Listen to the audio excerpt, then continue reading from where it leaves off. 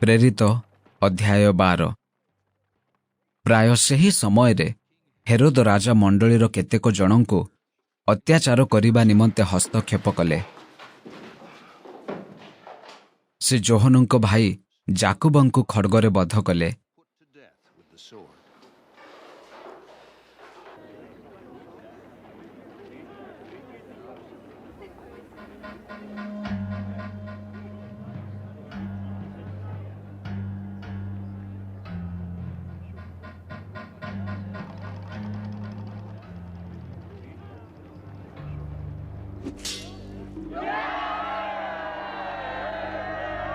ଆଉ ଜିହୁଦୀ ନେତାମାନଙ୍କୁ ସେଥିରେ ସନ୍ତୁଷ୍ଟ ହେବାର ଦେଖି ସେ ପିତରଙ୍କୁ ମଧ୍ୟ ଧରିବାକୁ ଅଗ୍ରସର ହେଲେ।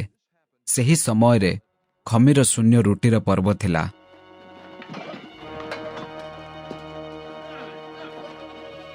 ପରେ ସେ ତାହାଙ୍କୁ ଧରି କାରାଗାରରେ ନିକ୍ଷେପ କଲେ। ପୁଣି ନିସ୍ତାର ପର୍ବ ଉତ୍ତାରେ ସେ ତାହାଙ୍କୁ ଲୋକମାନଙ୍କ ନିକଟକୁ ବାହାର କରି ଆଣିବା ନିମନ୍ତେ ମନସ୍ଥ କରି ପ୍ରତ୍ୟେକ ଦଳରେ 4 ଜଣ ଲେଖାଏ ଥିବା 4ଟି ସେନାଦଳ ନିକଟରେ ତାହାଙ୍କୁ ଜଗିବା ପାଇଁ ସମର୍ପଣ କଲେ। ଅତଏବ ପିତର କାରାଗାରରେ ରୁଦ୍ଧ ହୋଇ ରହିଲେ। କିନ୍ତୁ ତାହାଙ୍କ ନିମନ୍ତେ ମଣ୍ଡଳୀ ଦ୍ୱାରା ଏକାଗ୍ର ଭାବେ ଈଶ୍ୱରଙ୍କ ଛାମୁରେ ପ୍ରାର୍ଥନା କରାଯାଉଥିଲା।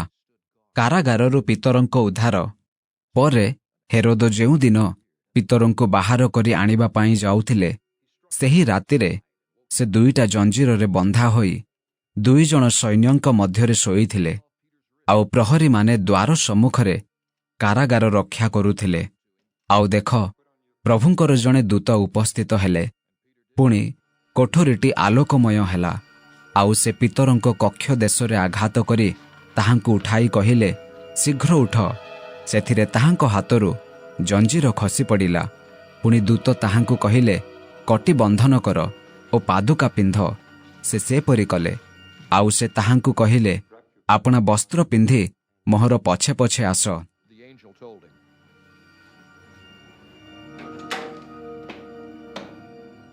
ସେ ବାହାରି ତାହାଙ୍କ ପଛେ ପଛେ ଗଲେ। କିନ୍ତୁ ଦୂତଙ୍କ ଦ୍ୱାରା ଯାହା କରାଗଲା ତାହା ଯେ ପ୍ରକୃତ, ସେ ତାହା ନ ବୁଝି ଦର୍ଶନ ଦେଖୁଅଛନ୍ତି ବୋଲି ମନେ କରୁଥିଲେ। ଯେତେବେଳେ ସେମାନେ ପ୍ରଥମ ଓ ଦ୍ୱିତୀୟ ପ୍ରହରୀ ଦଳ ଅତିକ୍ରମ କରି ଯେଉଁ ଲୌହ ଦ୍ୱାର ଦେଇ ନଗରକୁ ଯିବାକୁ ହୁଏ ତାହା ନିକଟକୁ ଆସିଲେ, ସେତେବେଳେ ସେହି ଦ୍ୱାର ଆପଣା ମନକୁ ସେମାନଙ୍କ ନିମନ୍ତେ ମେଲା ହୋଇଗଲା। ଆଉ ସେମାନେ ବାହାରି ଯାଇ ଗୋଟିଏ ଦାଣ୍ଡର ଶେଷ ମୁଣ୍ଡ ଯାଏ ଗଲେ। ପୁଣି ସେହି କ୍ଷଣି ସେହି ଦୂତ ତାହାଙ୍କଠାରୁ ଅଦୃଶ୍ୟ ହୋଇଗଲେ। ସେତେବେଳେ ପିତର ସଚେତନ ହୋଇ କହିଲେ, ପ୍ରଭୁ ଯେ ଆପଣା ଦୂତଙ୍କୁ ପଠାଇ ହେରୋଦଙ୍କ ହସ୍ତରୁ ଓ ଜିହୁଦୀ ଲୋକମାନଙ୍କ ସମସ୍ତ ଆକାଂକ୍ଷାରୁ ମୋତେ ଉଦ୍ଧାର କରିଅଛନ୍ତି, ଏହା ମୁଁ ଏବେ ନିଶ୍ଚୟ ଜାଣିଲି। ସେ ଏହି କଥା ଆଲୋଚନା କରି ମାର୍କ ଉପନାମ ପ୍ରାପ୍ତ ଯୋହନଙ୍କ ମାତା ମରିୟମଙ୍କ ଗୃହକୁ ଆସିଲେ।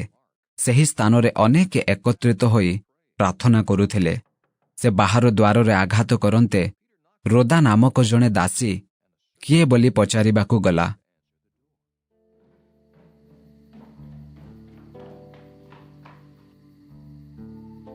ସେ ପିତରଙ୍କର ସ୍ୱର ବାରି ଆନନ୍ଦ ସକାଶେ ଦ୍ୱାର ନ ଫିଟାଇ ଭିତରକୁ ଦୌଡ଼ିଯାଇ ଦ୍ୱାର ପାଖରେ ପିତର ଠିଆ ହୋଇଅଛନ୍ତି ବୋଲି କହିଲା। ସେମାନେ ତାହାକୁ କହିଲେ, ତୁ ବାୟାଣୀ। କିନ୍ତୁ ସେ ତାହା ସତ ବୋଲି ଦୃଢ଼ ରୂପେ କହିବାକୁ ଲାଗିଲା। ସେମାନେ କହିଲେ, ଏ ତାଙ୍କର ଦୂତ। କିନ୍ତୁ ପିତର ଦ୍ୱାରରେ ବାରମ୍ବାର ଆଘାତ କରୁଥିଲେ। ଆଉ ସେମାନେ ଫିଟାଇ ତାହାଙ୍କୁ ଦେଖି ଆଚମ୍ବିତ ହେଲେ। କିନ୍ତୁ ସେ ସେମାନଙ୍କୁ ତୁନି ହୋଇ ରହିବା ପାଇଁ ହାତରେ ଠାରି ପ୍ରଭୁ କିପରି ତାହାଙ୍କୁ କାରାଗାରରୁ ବାହାର କରି ଆଣିଅଛନ୍ତି ତାହା ସେମାନଙ୍କ ନିକଟରେ ବର୍ଣ୍ଣନା କଲେ।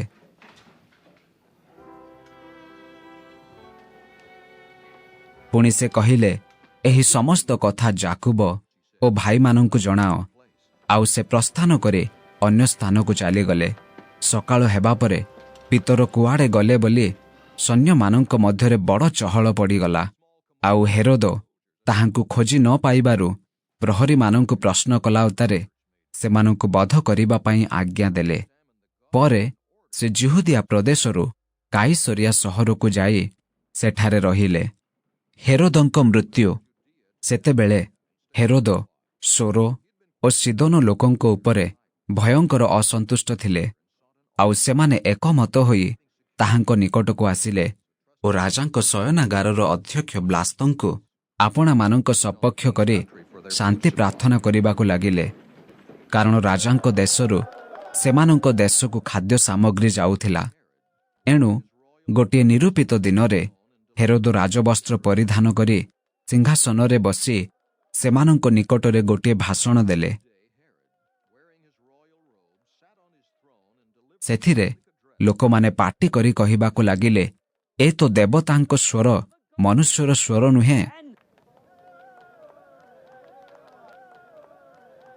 ତତ୍କ୍ଷଣାତ୍ ପ୍ରଭୁଙ୍କର ଜଣେ ଦୂତ ତାହାଙ୍କୁ ଆଘାତ କଲେ, କାରଣ ସେ ଈଶ୍ୱରଙ୍କୁ ଗୌରବ ଦେଲେ ନାହିଁ, ଆଉ ତାହାଙ୍କୁ ପୋକ ଖାଇବା ଦ୍ୱାରା ସେ ମଲେ।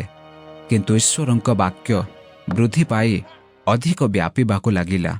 ପରେ ବର୍ଣ୍ଣବା ଓ ସାଉଲ ଆପଣାମାନଙ୍କର ସେବା କାର୍ଯ୍ୟ ସମାପ୍ତ କରି ମାର୍କ ଉପନାମ ପ୍ରାପ୍ତ ଯୋହନଙ୍କୁ ସାଙ୍ଗରେ ଘେନି ଜେରୁସାଲମ ସହରରୁ ବାହୁଡ଼ିଗଲେ। ସେତେବେଳେ ଆନ୍ତିଓଖିଆସ୍ଥିତ ମଣ୍ଡଳୀରେ ବର୍ଣ୍ଣବା, ସିମିଓନ, ଯାହାଙ୍କୁ ନିଗର ବୋଲି କହନ୍ତି, କୁଇରିଣୀୟ ଲୁକିୟ, ସାମନ୍ତ ରାଜା ହେରୋଦଙ୍କ ସହପାଳିତ ମନହେମ ଓ ସାଉଲ ଏହିପରି ଭାବବାଦୀ ଓ ଶିକ୍ଷକମାନେ ଥିଲେ। ସେମାନେ ପ୍ରଭୁଙ୍କ ସେବା ଓ ଉପବାସ କରୁଥିବା ସମୟରେ ପବିତ୍ର ଆତ୍ମା କହିଲେ, ଯେଉଁ କର୍ମ ନିମନ୍ତେ ଆମ୍ଭେ ବର୍ଣ୍ଣବା ଓ ସାଉଲଙ୍କୁ ଆହ୍ୱାନ କରିଅଛୁ, ସେଥିପାଇଁ ସେମାନଙ୍କୁ ପୃଥକ୍ କର। ସେଥିରେ ସେମାନେ ଉପବାସ ଓ ପ୍ରାର୍ଥନା କଲା ଉତ୍ତାରେ ସେମାନଙ୍କ ଉପରେ ହସ୍ତାର୍ପଣ କରି ସେମାନଙ୍କୁ ବିଦାୟ ଦେଲେ। ଏହି ପ୍ରକାରେ ସେମାନେ ପବିତ୍ର ଆତ୍ମାଙ୍କ ଦ୍ୱାରା ପ୍ରେରିତ ହୋଇ ସେଲୁକିଆକୁ ଗଲେ। ସେଠାରୁ ସେମାନେ ଜାହାଜରେ ଚଢ଼ି ସାଇପ୍ରସ୍ ଦ୍ୱୀପକୁ ଗଲେ। ସେମାନେ ସାଲାମି ସହରରେ ପହଞ୍ଚିଲା ଉତ୍ତାରେ ଯିହୁଦୀମାନଙ୍କ ସମସ୍ତ ସମାଜ ଗୃହରେ ଈଶ୍ୱରଙ୍କ ବାକ୍ୟ ପ୍ରଚାର କରିବାକୁ ଲାଗିଲେ। ଆଉ ଯୋହନ ମଧ୍ୟ ପରିଚାରକ ସ୍ୱରୂପେ ସେମାନଙ୍କ ସହିତ ଥିଲେ। ପୁଣି ସେମାନେ ସମସ୍ତ ଦ୍ୱୀପ ପରିଭ୍ରମଣ କରି ପାଫ ସହରକୁ ଆସି ଜଣେ ମାୟାବୀ ଭଣ୍ଡ ଭାବବାଦୀଙ୍କୁ ଦେଖିଲେ। ସେ ଜଣେ ଯିହୁଦୀ, ଆଉ ତାହାର ନାମ ବର୍ଜିସୁ। ସେ ଶାସନକର୍ତ୍ତା ସେର୍ଗିୟ ପାଉଲଙ୍କ ସାଙ୍ଗରେ ଥିଲା। ସେହି ଶାସନକର୍ତ୍ତା ଜଣେ ବୁଦ୍ଧିମାନ ବ୍ୟକ୍ତି। ସେ ବର୍ଣ୍ଣବା ଓ ସାଉଲଙ୍କୁ ଆପଣା ନିକଟକୁ ଡାକି ଈଶ୍ୱରଙ୍କ ବାକ୍ୟ ଶୁଣିବାକୁ ଇଚ୍ଛା କଲେ। କିନ୍ତୁ ସେହି ମାୟାବୀ ଅଲ୍ଲିମା ସେହି ଶାସନକର୍ତ୍ତାଙ୍କୁ ବିଶ୍ୱାସରୁ ବିମୁଖ କରିବା ଚେଷ୍ଟାରେ ସେମାନଙ୍କର ପ୍ରତିରୋଧ କରିବାକୁ ଲାଗିଲା। ମାତ୍ର ସାଉଲ, ଯାହାକୁ ପାଉଲ ମଧ୍ୟ କହନ୍ତି, ପବିତ୍ର ଆତ୍ମାରେ ପୂର୍ଣ୍ଣ ହୋଇ ତାହାକୁ ନିରୀକ୍ଷଣ କରି କହିଲେ, ଆରେ ସମସ୍ତ ପ୍ରକାର ଛଳ ଓ ମନ୍ଦତାରେ ପରିପୂର୍ଣ୍ଣ ଆଉ ସମସ୍ତ ପ୍ରକାର ଧାର୍ମିକତାର ଶତ୍ରୁ ଶୟତାନର ସନ୍ତାନ, ତୁମ୍ଭେ ପ୍ରଭୁଙ୍କର ସରଳ ପଥକୁ ବକ୍ର କରିବାରୁ କି କ୍ଷାନ୍ତ ହେବ ନାହିଁ? ଆଉ ଏବେ ଦେଖ, ପ୍ରଭୁଙ୍କର ହସ୍ତ ତୁମ୍ଭ ଉପରେ ରହିଅଛି। ତୁମ୍ଭେ ଅନ୍ଧ ହୋଇ କେତେକ ସମୟ ପର୍ଯ୍ୟନ୍ତ ସୂର୍ଯ୍ୟ ଦେଖିବ ନାହିଁ। ସେହି କ୍ଷଣି କୁହୁଡ଼ି ଓ ଅନ୍ଧକାର ତାହାକୁ ଘୋଡ଼ାଇ ପକାଇଲା। ତେଣୁ ତାହାକୁ ହାତ ଧରି ବାଟ କଢ଼ାଇବା ନିମନ୍ତେ ସେ ଏଣେ ତେଣେ ଦରାଣ୍ଡି ଲୋକ ଖୋଜିବାକୁ ଲାଗିଲା। ସେହି ଶାସନକର୍ତ୍ତା ଏହି ଘଟଣା ଦେଖି ପ୍ରଭୁଙ୍କ ଶିକ୍ଷାରେ ଆଶ୍ଚର୍ଯ୍ୟ ହୋଇ ବିଶ୍ୱାସ କଲେ। ପରେ ପାଉଲ ଓ ତାହାଙ୍କ ସଙ୍ଗୀମାନେ ପାଫ ସହରରୁ ଜଳଯାତ୍ରା କରି ପମ୍ଫୁଲିଆ ଦେଶରେ ପର୍ଗି ସହରକୁ ଆସିଲେ। କିନ୍ତୁ ଯୋହନ ସେମାନଙ୍କୁ ପରିତ୍ୟାଗ କରି ଜେରୁସାଲମ ସହରକୁ ବାହୁଡ଼ିଗଲେ। ସେମାନେ ପର୍ଗିଠାରୁ ଯାତ୍ରା କରି ପିସିଦିଆ ଦେଶରେ ଆନ୍ତିଓଖିଆ ସହରରେ ପହଞ୍ଚିଲେ। ଆଉ ବିଶ୍ରାମବାର ଦିନରେ ସମାଜ ଗୃହକୁ ଯାଇ ବସିଲେ। ପୁଣି ମୋଶାଙ୍କ ବ୍ୟବସ୍ଥା ଓ ଭାବବାଦୀମାନଙ୍କ ଶାସ୍ତ୍ର ପାଠ ପରେ ସମାଜ ଗୃହର ଅଧ୍ୟକ୍ଷମାନେ ସେମାନଙ୍କ ନିକଟକୁ ଏହା କହି ପଠାଇଲେ, ଭାଇମାନେ, ଲୋକମାନଙ୍କ ନିମନ୍ତେ ଯଦି ଆପଣମାନଙ୍କର କୌଣସି ଉପଦେଶର ବିଷୟ ଅଛି, ତେବେ କହନ୍ତୁ।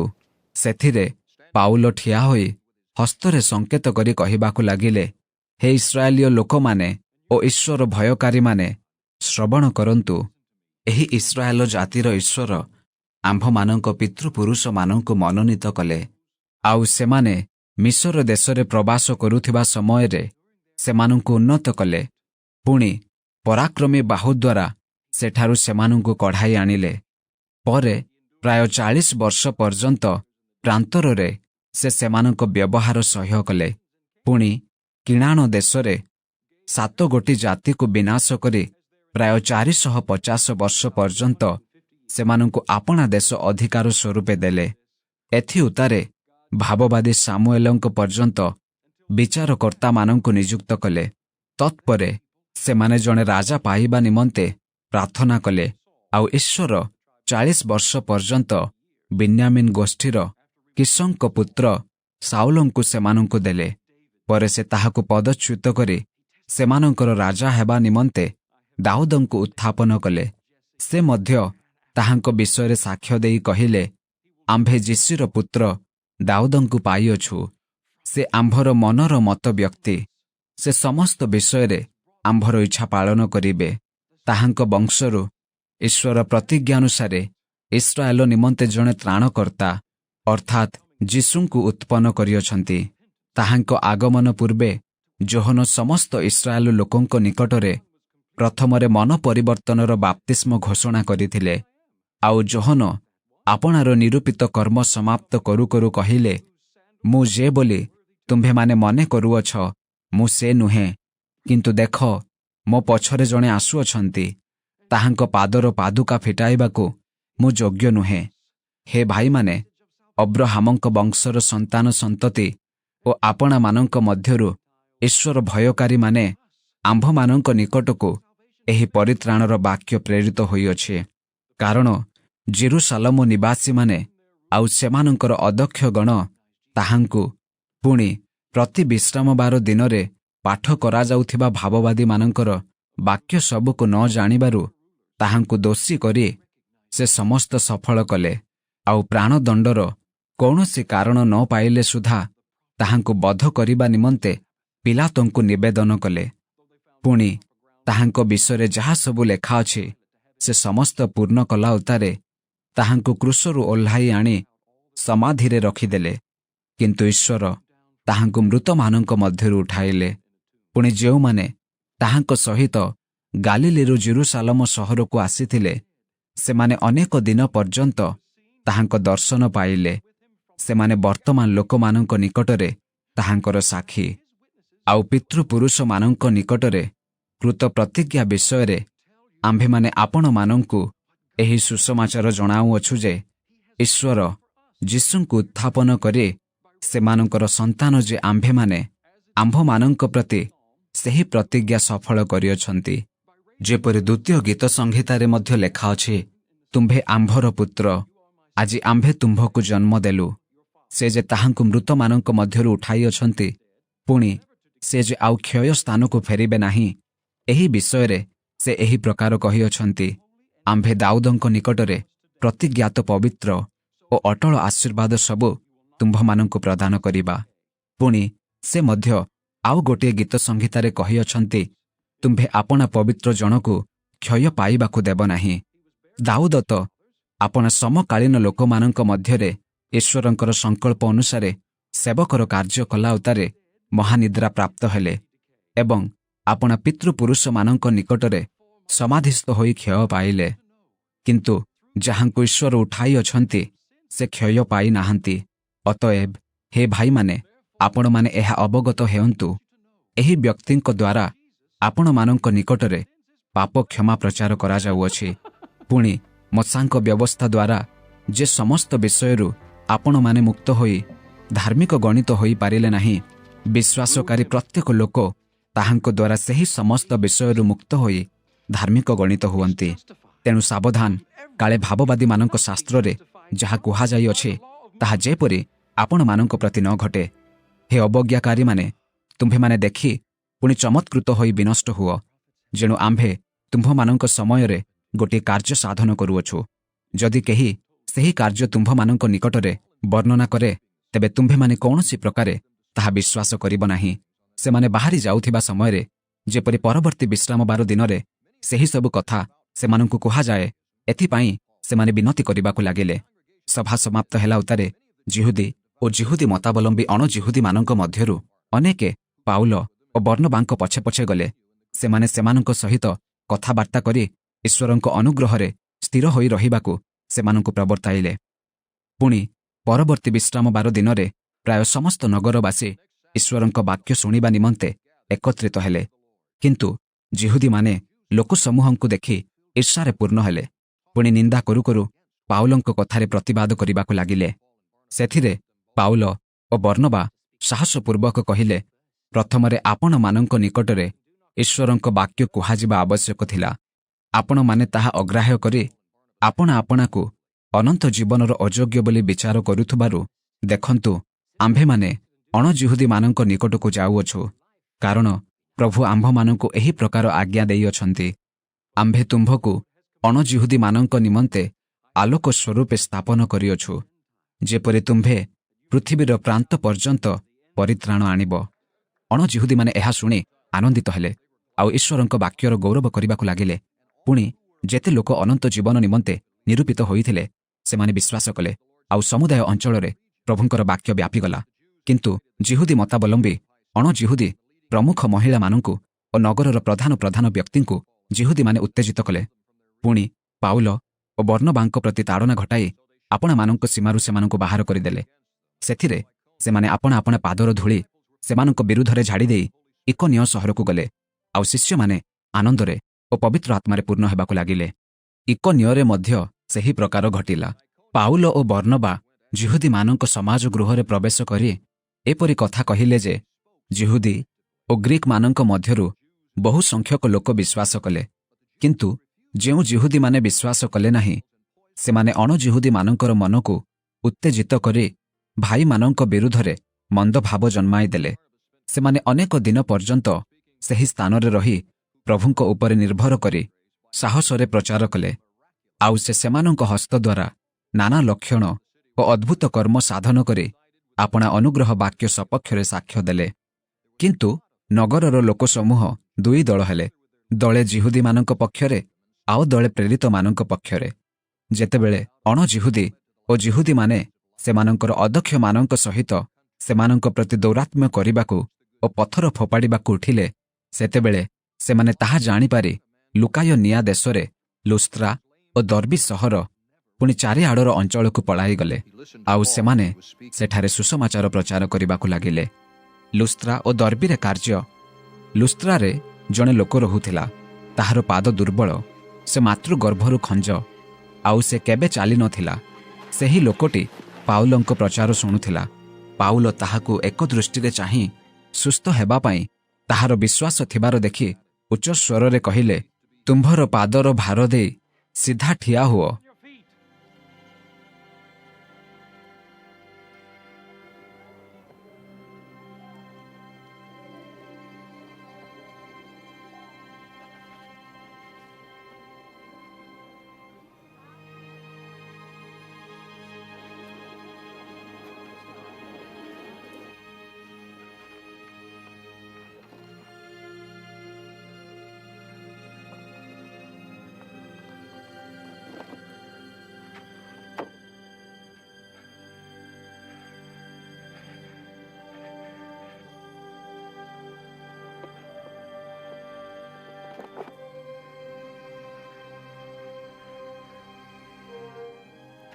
ସେଥିରେ ସେ କୁଦା ମାରି ଚାଲିବାକୁ ଲାଗିଲା।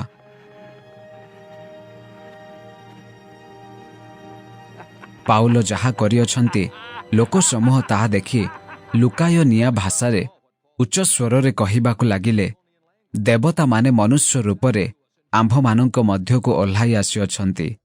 ସେମାନେ ବର୍ଣ୍ଣବାଙ୍କୁ ବୃହସ୍ପତି ବୋଲି କହିଲେ। ପୁଣି ପାଉଲ ପ୍ରଧାନ ବକ୍ତା ଥିବାରୁ ତାହାଙ୍କୁ ବୁଧ ବୋଲି କହିଲେ। ନଗର ସମ୍ମୁଖରେ ଥିବା ବୃହସ୍ପତିଙ୍କ ମନ୍ଦିରର ଯାଜକ କେତେକ ବୃଷ ଓ ପୁଷ୍ପହାର ଦ୍ୱାର ନିକଟକୁ ଆଣି ଲୋକସମୂହ ସହିତ ବଳି ଦେବାକୁ ଇଚ୍ଛା କରିଥିଲେ। କିନ୍ତୁ ପ୍ରେରିତମାନେ ଅର୍ଥାତ୍ ବର୍ଣ୍ଣବା ଓ ପାଉଲ ଏହା ଶୁଣି ଆପଣା ଆପଣାର ବସ୍ତ୍ର ଚିରି ଲୋକସମୂହ ମଧ୍ୟକୁ ବେଗେ ଦୌଡ଼ିଯାଇ ଉଚ୍ଚ ସ୍ୱରରେ କହିବାକୁ ଲାଗିଲେ, ହେ ମହାଶୟମାନେ, କାହିଁକି ଏ ସମସ୍ତ କରୁଅଛନ୍ତି?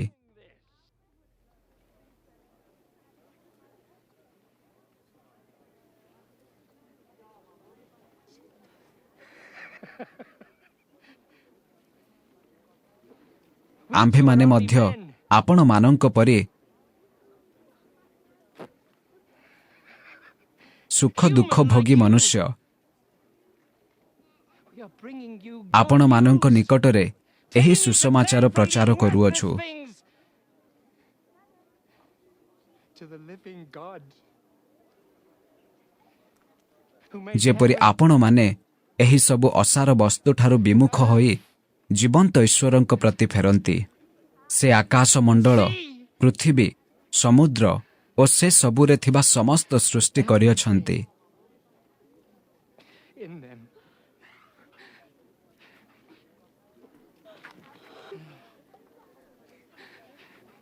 ସେ ଅତୀତ ପୁରୁଷ ପରମ୍ପରାରେ ସମସ୍ତ ଜାତିର ଲୋକଙ୍କୁ ଆପଣା ଆପଣା ପଥରେ ଚାଲିବାକୁ ଛାଡ଼ି ଦେଇଥିଲେ।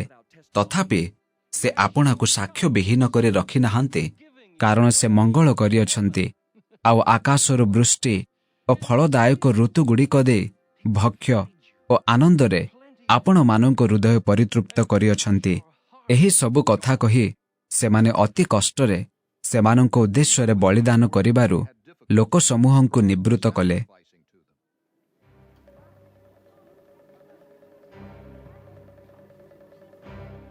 କିନ୍ତୁ ଆନ୍ତିଓଖିଆ ଓ ଇକୋନିୟରୁ ସେଠାକୁ ଜିହୁଦୀମାନେ ଆସି ଲୋକସମୂହକୁ ପ୍ରବର୍ତ୍ତାଇଲେ।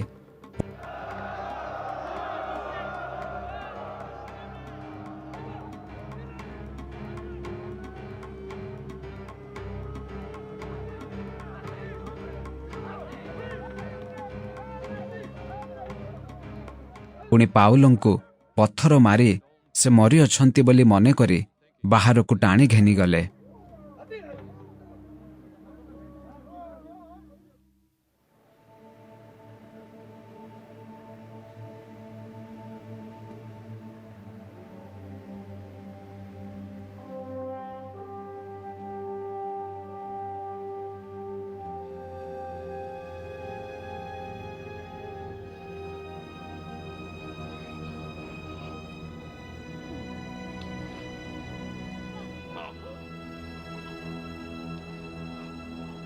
ମାତ୍ର ଶିଷ୍ୟମାନେ ତାହାଙ୍କୁ ଘେରି ଠିଆ ହୁଅନ୍ତେ ସେ ଉଠି ସହର ମଧ୍ୟରେ ପ୍ରବେଶ କଲେ।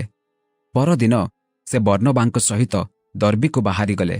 ସେମାନେ ସେହି ନଗରରେ ସୁସମାଚାର ପ୍ରଚାର କରି ଓ ଅନେକଙ୍କୁ ଶିଷ୍ୟ କଲା ଉତ୍ତାରେ ଲୁସ୍ତ୍ରା, ଇକୋନିୟ ଓ ଆନ୍ତିଓଖିଆକୁ ବାହୁଡ଼ି ଆସିଲେ। ପୁଣି ସେ ସ୍ଥାନମାନଙ୍କରେ ଶିଷ୍ୟମାନଙ୍କ ମନକୁ ସୁସ୍ଥିର କଲେ ଓ ବିଶ୍ୱାସରେ ଅଟଳ ରହିବା ପାଇଁ ସେମାନଙ୍କୁ ଉତ୍ସାହ ପ୍ରଦାନ କରି କହିଲେ, ଅନେକ କ୍ଲେଶ ମଧ୍ୟ ଦେଇ ଆମ୍ଭମାନଙ୍କୁ ଈଶ୍ୱରଙ୍କ ରାଜ୍ୟରେ ପ୍ରବେଶ କରିବାକୁ ହେବ। ଆଉ ସେମାନେ ସେମାନଙ୍କ ନିମନ୍ତେ ପ୍ରତ୍ୟେକ ମଣ୍ଡଳୀରେ ପ୍ରାଚୀନମାନଙ୍କୁ ନିଯୁକ୍ତ କରି ଉପବାସ ସହିତ ପ୍ରାର୍ଥନା କଲେ। ପୁଣି ଯେଉଁ ପ୍ରଭୁଙ୍କଠାରେ ସେମାନେ ବିଶ୍ୱାସ କରିଥିଲେ ତାହାଙ୍କ ହସ୍ତରେ ସେମାନଙ୍କୁ ସମର୍ପଣ କଲେ। ସିରିଆ ପ୍ରଦେଶର ଆନ୍ତିଓଖିଆକୁ ପ୍ରତ୍ୟାବର୍ତ୍ତନ ପରେ ସେମାନେ ପିସିଦିଆ ଦେଶ ମଧ୍ୟ ଦେଇ ପଙ୍କ୍ଫୁଲିଆ ଦେଶକୁ ଆସିଲେ। ଆଉ ପର୍ଗିରେ ବାକ୍ୟ ପ୍ରଚାର କରି ଆତାଲିଆକୁ ଗଲେ। ସେଠାରୁ ସେମାନେ ଆନ୍ତିଓଖିଆକୁ ଜାହାଜରେ ଯାତ୍ରା କଲେ। ସେମାନେ ଯେଉଁ କାର୍ଯ୍ୟ ସାଧନ କରିଥିଲେ ତାହା କରିବା ନିମନ୍ତେ ଈଶ୍ୱରଙ୍କ ଅନୁଗ୍ରହରେ ସମର୍ପିତ ହୋଇ ସେ ସ୍ଥାନରୁ ବାହାରିଥିଲେ। ସେମାନେ ପହଞ୍ଚି ମଣ୍ଡଳୀକୁ ଏକତ୍ର କଲେ। ପୁଣି ଈଶ୍ୱର ସେମାନଙ୍କ ସାଙ୍ଗରେ ଥାଇ ଯେ ସମସ୍ତ କାର୍ଯ୍ୟ କରିଥିଲେ ଓ ଅଣଜିହୁଦୀମାନଙ୍କ ପ୍ରତି ବିଶ୍ୱାସର ଦ୍ୱାର ଫିଟାଇ ଦେଇଥିଲେ ସେହିସବୁ ବର୍ଣ୍ଣନା କଲେ। ଆଉ ସେମାନେ ସେହି ବିଶ୍ୱାସୀମାନଙ୍କ ସହିତ ଅନେକ ଦିନ ପର୍ଯ୍ୟନ୍ତ ରହିଲେ। ଏଥି ଉତ୍ତାରେ କେତେକ ଲୋକ ଜିହୁଦିଆ ପ୍ରଦେଶରୁ ଆସି ଭାଇମାନଙ୍କୁ ଏହି ଶିକ୍ଷା ଦେବାକୁ ଲାଗିଲେ, ମୋଶାଙ୍କ ବିଧି ଅନୁସାରେ ତୁମ୍ଭମାନଙ୍କର ସୁନ୍ନତ ନ ହେଲେ ପରିତ୍ରାଣ ପାଇପାରିବ ନାହିଁ। ଏଥିରେ ପାଉଲ ଓ ବର୍ଣ୍ଣବାଙ୍କର ସେମାନଙ୍କ ସାଙ୍ଗରେ ଅନେକ ବାଗ୍ଯୁଦ୍ଧ ଓ ବାଦାନୁବାଦ ହେବାରୁ ଭାଇମାନେ ପାଉଲ, ବର୍ଣ୍ଣବା ଓ ଆପଣାମାନଙ୍କ ମଧ୍ୟରୁ ଆଉ କେତେକ ଜଣ ଏହି ପ୍ରଶ୍ନ ଘେନି ଜେରୁସାଲମସ୍ଥ ପ୍ରେରିତ ଓ ପ୍ରାଚୀନମାନଙ୍କ ନିକଟକୁ ଯାଆନ୍ତୁ ବୋଲି ସ୍ଥିର କଲେ। ଅତଏବ ମଣ୍ଡଳୀ ସେମାନଙ୍କୁ ବାଟ ବଳାଇ ବିଦାୟ ଦେଲା ଉତ୍ତାରେ ସେମାନେ ଫୈନିକିଆ ଓ ସମୀରଣ ଦେଇ ଯାଉ ଯାଉ ଅଣଜିହୁଦୀମାନଙ୍କ ମନ ପରିବର୍ତ୍ତନ ବିଷୟ ବର୍ଣ୍ଣନା କରି ସମସ୍ତ ଭାଇମାନଙ୍କର ମହାନନ୍ଦ ଜନ୍ମାଇଲେ। ପରେ ସେମାନେ ଜେରୁସାଲମ ସହରରେ ଉପସ୍ଥିତ ହୋଇ ମଣ୍ଡଳୀ ପୁଣି ପ୍ରେରିତ ଓ ପ୍ରାଚୀନମାନଙ୍କ ଦ୍ୱାରା ଅଭ୍ୟର୍ଥନା ପ୍ରାପ୍ତ ହେଲେ। ଆଉ ଈଶ୍ୱର ସେମାନଙ୍କ ସାଙ୍ଗରେ ଥାଇ ଯେ ସମସ୍ତ କାର୍ଯ୍ୟ କରିଥିଲେ ସେହିସବୁ ବର୍ଣ୍ଣନା କଲେ। କିନ୍ତୁ ଫାରୁସୀ ଦଳର କେତେକ ଜଣ ଯେଉଁମାନେ ବିଶ୍ୱାସ କରୁଥିଲେ ଉଠି କହିଲେ, ଅଣଜିହୁଦୀ ଶିଷ୍ୟମାନଙ୍କୁ ସୁନ୍ନତ କରିବା ଓ ମୋଶାଙ୍କ ବ୍ୟବସ୍ଥା ପାଳନ କରିବା ନିମନ୍ତେ ସେମାନଙ୍କୁ ଆଜ୍ଞା ଦେବା ଆବଶ୍ୟକ। ପରେ ଏହି ବିଷୟ ଆଲୋଚନା କରିବା ନିମନ୍ତେ ପ୍ରେରିତ ଓ ପ୍ରାଚୀନମାନେ ସମବେତ ହେଲେ। ଅନେକ ତର୍କ ବିତର୍କ ହେଲା ଉତ୍ତାରେ ପିତର ଉଠି ସେମାନଙ୍କୁ କହିଲେ, ହେ ଭାଇମାନେ, ଆପଣମାନେ ଜାଣନ୍ତି ଯେ ମୋହର ମୁଖ ଦ୍ୱାରା ଅଣଜିହୁଦୀମାନେ ଯେପରି ସୁସମାଚାର ବାକ୍ୟ ଶୁଣି ବିଶ୍ୱାସ କରନ୍ତି, ଏଥିପାଇଁ ଅନେକ ଦିନ ପୂର୍ବେ ଈଶ୍ୱର ଆପଣମାନଙ୍କ ମଧ୍ୟରୁ ମୋତେ ମନୋନୀତ କରିଥିଲେ। ସର୍ବାନ୍ତର୍ଯାମୀ ଈଶ୍ୱର ଆମ୍ଭମାନଙ୍କୁ ଯେପରି ପବିତ୍ର ଆତ୍ମା ଦାନ କରିଅଛନ୍ତି, ସେମାନଙ୍କୁ ମଧ୍ୟ ସେହିପରି ଦାନ କରି ସେମାନଙ୍କ ପକ୍ଷରେ ସାକ୍ଷ୍ୟ ଦେଇଅଛନ୍ତି। ଆଉ ସେ ଆମ୍ଭମାନଙ୍କ ଓ ସେମାନଙ୍କ ମଧ୍ୟରେ କୌଣସି ଦଳଭେଦ ନ ରଖି ବିଶ୍ୱାସ ଦ୍ୱାରା ସେମାନଙ୍କର ହୃଦୟ ସୂଚୀ କରିଅଛନ୍ତି। ଏଣୁ ଯେଉଁ ଜୁଆଳି ଆମ୍ଭମାନଙ୍କ ପିତୃପୁରୁଷ ଓ ଆମ୍ଭେମାନେ ବହିବାକୁ ଅକ୍ଷମ ହେଲୁ, ସେହି ଜୁଆଳି ଶିଷ୍ୟମାନଙ୍କ କାନ୍ଧରେ ଦେଇ କାହିଁକି ଆପଣମାନେ ଈଶ୍ୱରଙ୍କ ପରୀକ୍ଷା କରୁଅଛନ୍ତି? କିନ୍ତୁ ସେମାନେ ଯେ ପ୍ରକାର, ଆମ୍ଭେମାନେ ମଧ୍ୟ ସେ ପ୍ରକାର ପ୍ରଭୁ ଯୀଶୁଙ୍କ ଅନୁଗ୍ରହରେ ପରିତ୍ରାଣ ପାଇବୁ ବୋଲି ବିଶ୍ୱାସ କରୁଅଛୁ। ଏଥିରେ ସଭାସ୍ଥ ସମସ୍ତେ ନୀରବ ରହିଲେ। ଆଉ ବର୍ଣ୍ଣବା ଓ ପାଉଲଙ୍କ ଦ୍ୱାରା ଅଣଜିହୁଦୀମାନଙ୍କ ମଧ୍ୟରେ ଈଶ୍ୱର ଯେ ସମସ୍ତ ଲକ୍ଷଣ ଓ ଅଦ୍ଭୁତ କର୍ମ ସାଧନ କରିଥିଲେ, ସେମାନଙ୍କଠାରୁ ସେଥିର ବିବରଣୀ ଶୁଣିବାକୁ ଲାଗିଲେ। ସେମାନଙ୍କ କଥା ଶେଷ ହେଲା ଉତ୍ତାରେ ଯାକୁବ ଉତ୍ତର ଦେଇ କହିଲେ, ହେ ଭାଇମାନେ, ମୋହର କଥା ଶୁଣନ୍ତୁ।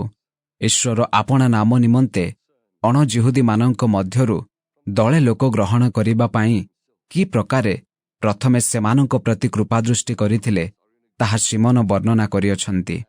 ପୁଣି ଭାବବାଦୀମାନଙ୍କର ବାକ୍ୟ ଏହା ସହିତ ମିଶୁଅଛି, ଯେପରି ଲେଖା ଅଛି, ଏଥି ଉତ୍ତାରେ ଆମ୍ଭେ ବାହୁଡ଼ି ଆସି ଦାଉଦର ପତିତ କୁଟୀର ପୁନଃନିର୍ମାଣ କରିବା, ପୁଣି ତାହାର ଧ୍ୱଂସ ସ୍ଥାନ ସବୁ ପୁନଃନିର୍ମାଣ କରି ତାହା ପୁନଃସ୍ଥାପନ କରିବା, ଯେପରି ଅବଶିଷ୍ଟ ଲୋକେ ଓ ଯେ ସମସ୍ତ ଅଣଜିହୁଦୀ ଆମ୍ଭ ନାମରେ ଖ୍ୟାତ, ସେମାନେ ପ୍ରଭୁଙ୍କୁ ଅନ୍ୱେଷଣ କରନ୍ତି। ସର୍ବସାଧନକର୍ତ୍ତା ପ୍ରଭୁ ଏହା କହନ୍ତି। ପ୍ରାଚୀନ କାଳରୁ ଈଶ୍ୱର ଆପଣାର ସମସ୍ତ କର୍ମ ଜଣାଇଅଛନ୍ତି।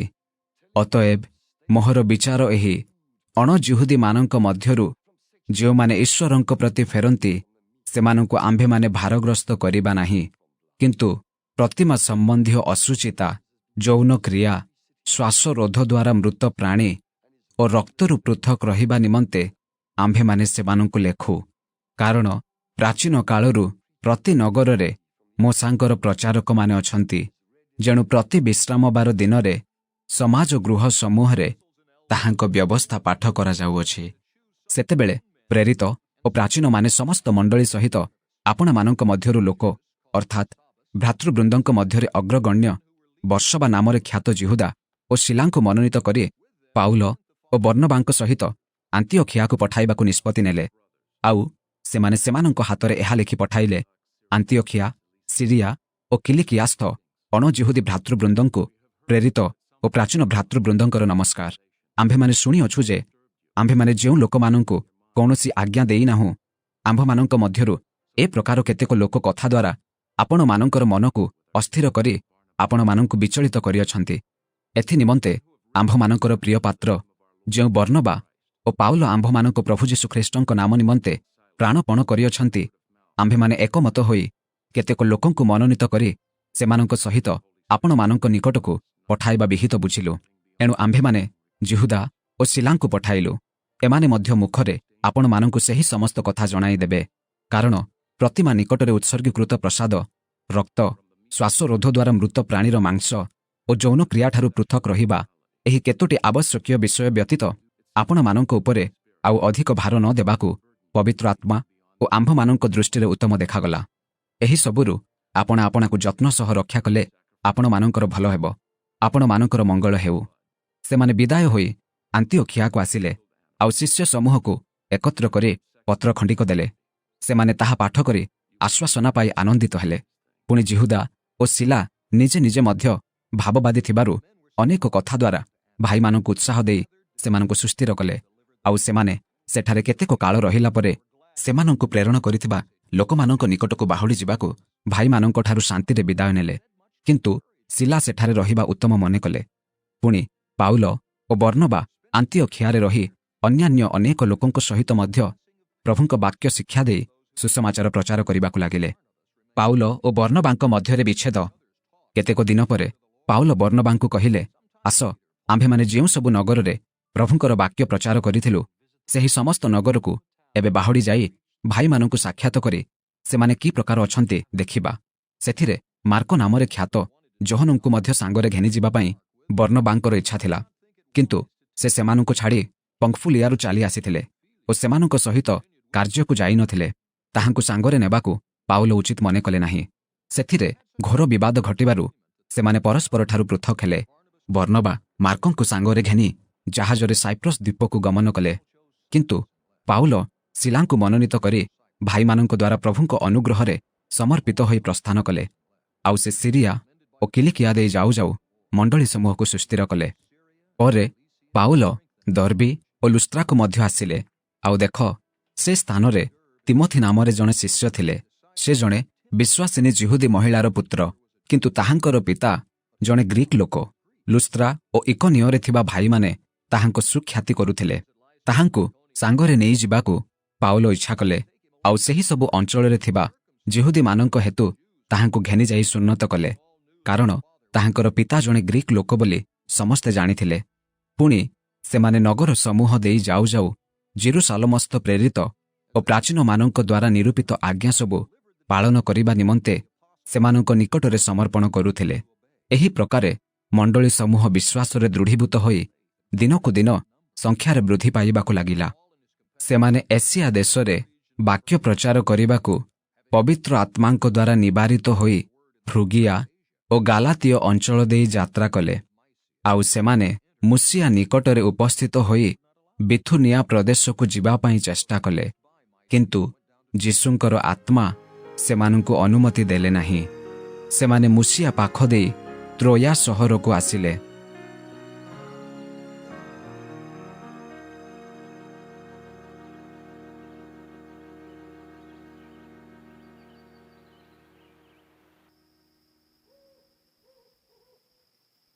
ଆଉ ରାତ୍ରି କାଳରେ ପାଉଲ ଗୋଟିଏ ଦର୍ଶନ ପାଇଲେ। ମାକିଦନିଆରେ ଜଣେ ଠିଆ ହୋଇ ତାହାଙ୍କୁ ବିନତି କରି କହୁଅଛି, ମାକିଦନିଆକୁ ପାର ହୋଇ ଆସି ଆମ୍ଭମାନଙ୍କର ଉପକାର କର। ସେ ଏହି ଦର୍ଶନ ପାଇଲା ପରେ ଆମ୍ଭେମାନେ ତତ୍କ୍ଷଣାତ୍ ମାକିଦନିଆକୁ ଯିବା ପାଇଁ ଚେଷ୍ଟା କଲୁ, କାରଣ ସେମାନଙ୍କ ନିକଟରେ ସୁସମାଚାର ପ୍ରଚାର କରିବାକୁ ଈଶ୍ୱର ଆମ୍ଭମାନଙ୍କୁ ଆହ୍ୱାନ କରିଅଛନ୍ତି ବୋଲି ଆମ୍ଭେମାନେ ବୁଝିଲୁ।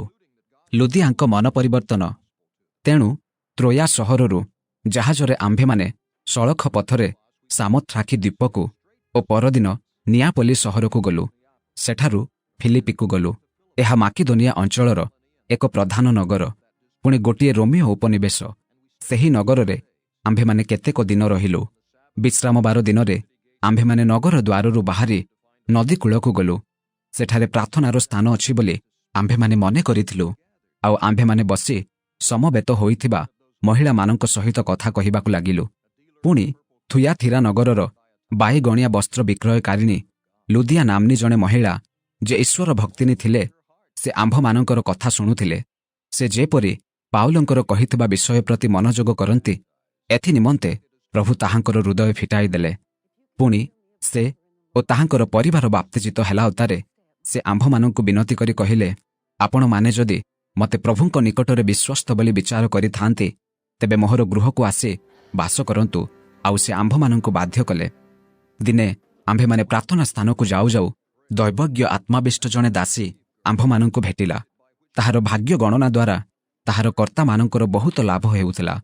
ସେ ପାଉଲ ଓ ଆମ୍ଭମାନଙ୍କର ପଛେ ପଛେ ଆସି ଚିତ୍କାର କରି କହିବାକୁ ଲାଗିଲା, ଏହି ବ୍ୟକ୍ତିମାନେ ପରମ ପ୍ରଧାନ ଈଶ୍ୱରଙ୍କର ଦାସ। ସେମାନେ ତୁମ୍ଭମାନଙ୍କୁ ପରିତ୍ରାଣର ପଥ ଜଣାଉଅଛନ୍ତି। ସେ ଅନେକ ଦିନ ପର୍ଯ୍ୟନ୍ତ ଏହା କଲା। କିନ୍ତୁ ପାଉଲ ବିରକ୍ତ ହୋଇ ବୁଲିପଡ଼ି ସେହି ଆତ୍ମାକୁ କହିଲେ, ତାହାଠାରୁ ବାହାରି ଯିବାକୁ ମୁଁ ତୋତେ ଯୀଶୁଖ୍ରୀଷ୍ଟଙ୍କ ନାମରେ ଆଜ୍ଞା ଦେଉଅଛି। ଏଥିରେ ସେ ସେହି ମୁହୂର୍ତ୍ତରେ ବାହାରିଗଲା।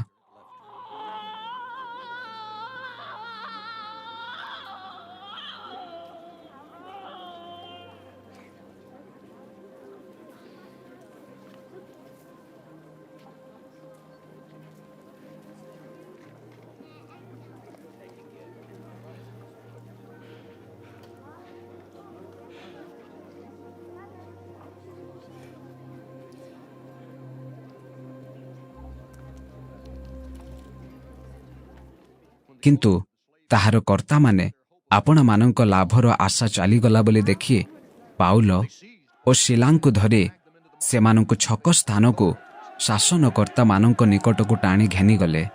ଆଉ ସେମାନେ ସେମାନଙ୍କ ବିଚାରକର୍ତ୍ତାମାନଙ୍କ ନିକଟକୁ ଆଣି କହିଲେ, ଏହି ଲୋକଗୁଡ଼ାକ ଯିହୁଦୀ, ଏମାନେ ଆମ୍ଭମାନଙ୍କ ନଗରରେ ଗୋଳମାଳ କରୁଅଛନ୍ତି।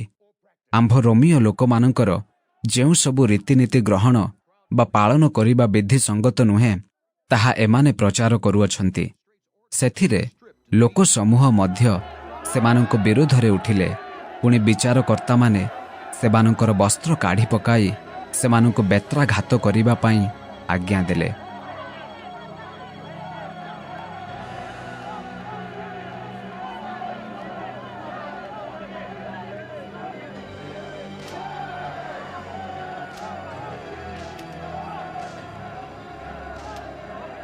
ସେମାନେ ସେମାନଙ୍କୁ ବହୁତ ପ୍ରହାର କରାଇଲା ଉତ୍ତାରେ କାରାଗାରରେ ନିକ୍ଷେପ କରି ସେମାନଙ୍କୁ ସାବଧାନରେ ରକ୍ଷା କରିବା ନିମନ୍ତେ କାରାରକ୍ଷକଙ୍କୁ ଦୃଢ଼ ଆଜ୍ଞା ଦେଲେ।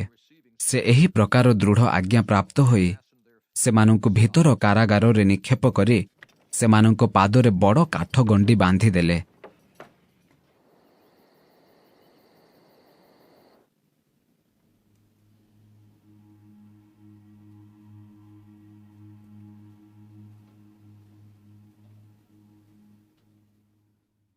କିନ୍ତୁ ପ୍ରାୟ ମଧ୍ୟରାତ୍ରରେ ପାଉଲ ଓ ଶିଲା ଈଶ୍ୱରଙ୍କ ନିକଟରେ ପ୍ରାର୍ଥନା ଓ ସ୍ତବଗାନ କରୁଥିଲେ, ଆଉ ବନ୍ଦୀମାନେ ଶୁଣୁଥିଲେ। ସେତେବେଳେ ହଠାତ୍ ଏପରି ମହାଭୂମିକମ୍ପ ହେଲା ଯେ କାରାଗାରର ଭିତ୍ତିମୂଳ କମ୍ପିବାକୁ ଲାଗିଲା, ଆଉ ତତ୍କ୍ଷଣାତ୍ ସମସ୍ତ ଦ୍ୱାର ଖୋଲା ହୋଇଗଲା। ପୁଣି ପ୍ରତ୍ୟେକ ଜଣର ବନ୍ଧନ ଫିଟିଗଲା। ଏଥିରେ କାରାରକ୍ଷକ ନିଦ୍ରାରୁ ଉଠି କାରାଗାରର ଦ୍ୱାର ଖୋଲା ହେବା ଦେଖି ବନ୍ଦୀମାନେ ପଳାଇ ଯାଇଅଛନ୍ତି ବୋଲି ମନେକରି ଖଣ୍ଡା ବାହାର କରି ଆପଣାକୁ ବଧ କରିବାକୁ ଯାଉଥିଲେ।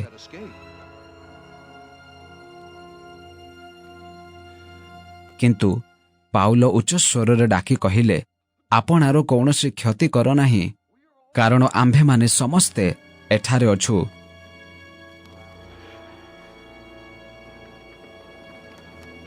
ସେଥିରେ ସେ ଦୀପ ଆଣିବାକୁ କହି ଡେଇଁ ପଡ଼ି ଭୟରେ ଥରି ଥରି ପାଉଲ ଓ ଶିଲାଙ୍କର ସମ୍ମୁଖରେ ପଡ଼ିଗଲେ।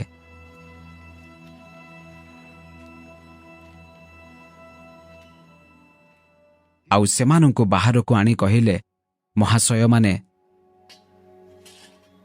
ପରିତ୍ରାଣ ପାଇବା ନିମନ୍ତେ ମୋତେ କ'ଣ କରିବାକୁ ହେବ?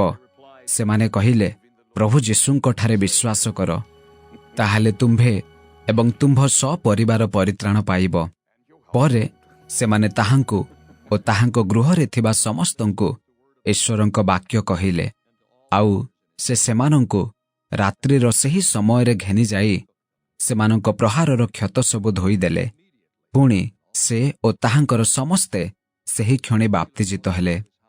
ସେଥିରେ ସେ ସେମାନଙ୍କୁ ଆପଣା ଗୃହକୁ ଘେନିଯାଇ ଖାଦ୍ୟ ପରିବେଷଣ କଲେ, ଆଉ ସମସ୍ତ ପରିବାର ସହିତ ଈଶ୍ୱରଙ୍କଠାରେ ବିଶ୍ୱାସ କରି ଅତ୍ୟନ୍ତ ଆନନ୍ଦିତ ହେଲେ।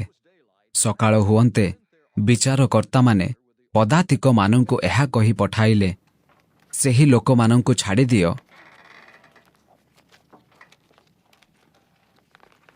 ଏଥିରେ କାରାରକ୍ଷକ ପାଉଲଙ୍କୁ ଏହି କଥା କହି ଜଣାଇଲେ, ଆପଣମାନଙ୍କୁ ଛାଡ଼ିଦେବା ନିମନ୍ତେ ବିଚାରକର୍ତ୍ତାମାନେ ଲୋକ ପଠାଇଅଛନ୍ତି। ଏଣୁ ଏବେ ବାହାରି ଆସି ଶାନ୍ତିରେ ଚାଲିଯାଆନ୍ତୁ। କିନ୍ତୁ ପାଉଲ ସେମାନଙ୍କୁ କହିଲେ, ରୋମୀୟ ଲୋକ ଯେ ଆମ୍ଭେମାନେ ଆମ୍ଭମାନଙ୍କର ବିଚାର ନ କରି ସେମାନେ ପ୍ରକାଶରେ ଆମ୍ଭମାନଙ୍କୁ ପ୍ରହାର କଲାପରେ କାରାଗାରରେ ପକାଇଅଛନ୍ତି। ଆଉ ଏବେ କି ଗୋପନରେ ଆମ୍ଭମାନଙ୍କୁ ଛାଡ଼ି ଦେଉଅଛ, ତାହା ହେବ ନାହିଁ। ମାତ୍ର ସେମାନେ ନିଜେ ଆସି ଆମ୍ଭମାନଙ୍କୁ ବାହାରକୁ ଘେନିଯାଆନ୍ତୁ। ସେଥିରେ ପଦାତିକମାନେ ବିଚାରକର୍ତ୍ତାମାନଙ୍କୁ ଏହି ସମସ୍ତ କଥା ଜଣାଇଲେ। ପୁଣି ସେମାନେ ଯେ ରୋମୀୟ ଲୋକ, ଏହା ଶୁଣି ଲୋକମାନେ ଭୟ କଲେ, ଆଉ ସେମାନେ ଆସି ସେମାନଙ୍କୁ ବିନତି କଲେ। ପୁଣି ସେମାନଙ୍କୁ ବାହାର କରି ଆଣି ନଗରରୁ ବାହାରି ଯିବା ନିମନ୍ତେ ସେମାନଙ୍କୁ ଅନୁରୋଧ କଲେ।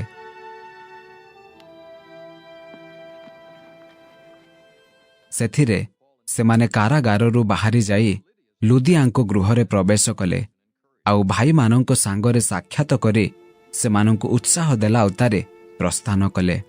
ପରେ ପାଉଲ ଏବଂ ଶିଲା ଆମ୍ଫିପୋଲି ଓ ଆପୋଲୋନିଆ ସହରଗୁଡ଼ିକ ଦେଇ ଯାତ୍ରା କରି ଥେସଲୋନିକି ସହରକୁ ଆସିଲେ। ସେଠାରେ ଜିହୁଦୀମାନଙ୍କର ଗୋଟିଏ ସମାଜ ଗୃହ ଥିଲା।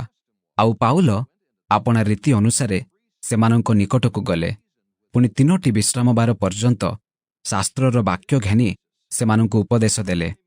ପୁଣି ଖ୍ରୀଷ୍ଟଙ୍କର ଯେ ଦୁଃଖ ଭୋଗ ଓ ମୃତମାନଙ୍କ ମଧ୍ୟରୁ ଉତ୍ଥାନ କରିବା ଆବଶ୍ୟକ ଥିଲା, ଆଉ ସେ ଯେଉଁ ଯୀଶୁଙ୍କୁ ସେମାନଙ୍କ ନିକଟରେ ଘୋଷଣା କରୁଅଛନ୍ତି ସେ ଯେ ଖ୍ରୀଷ୍ଟ, ଏହାର ସ୍ପଷ୍ଟ ପ୍ରମାଣ ଦେଲେ। ସେଥିରେ ସେମାନଙ୍କ ମଧ୍ୟରୁ କେତେକ ଜଣ ବିଶ୍ୱାସ କରି ପାଉଲ ଓ ଶିଲାଙ୍କ ସହିତ ଯୋଗ ଦେଲେ। ପୁଣି ଜିହୁଦୀ ମତାବଲମ୍ବୀ ଗ୍ରୀକମାନଙ୍କ ମଧ୍ୟରୁ ବହୁ ସଂଖ୍ୟକ ଲୋକ ଓ ଅନେକ ଭଦ୍ର ମହିଳା ସେମାନଙ୍କ ସହିତ ଯୋଗ ଦେଲେ।